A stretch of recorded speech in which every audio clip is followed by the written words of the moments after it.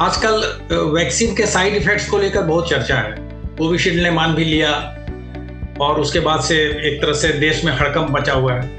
क्या डायबिटीज के पेशेंट जिसने कोविशील्ड लिया हो या दूसरे वैक्सीन लिए हो, उसमें कोई स्टडी हुई है कि उसमें भी कोई अलग तरह का या बुरा प्रभाव देखा गया हो?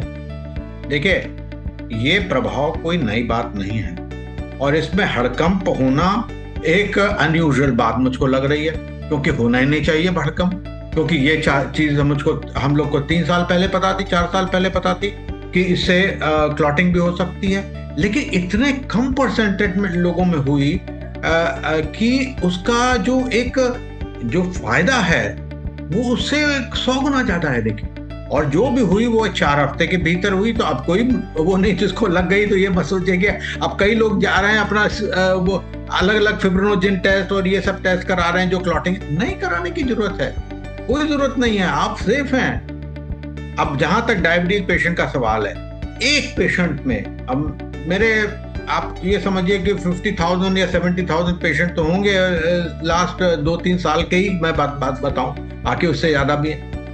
एक पेशेंट को एक क्लॉटिंग हुई थी जो कि हमने सोचा था कि डेफिनेटली वैक्सीन से रिलेटेड, एक बार वैक्सीन मिली और 7 दिन में उसको हो गई। तो इतने सारे मरीजों में एक को हुआ और सारे मरीजों को मिली, क्योंकि हम इंसिस्ट कर रहे थे डायबिटीज में ज्यादा खतरा है आपको कोविड का, प्लीज वैक्सीन लीजिए। सबने वैक्सीन लिए।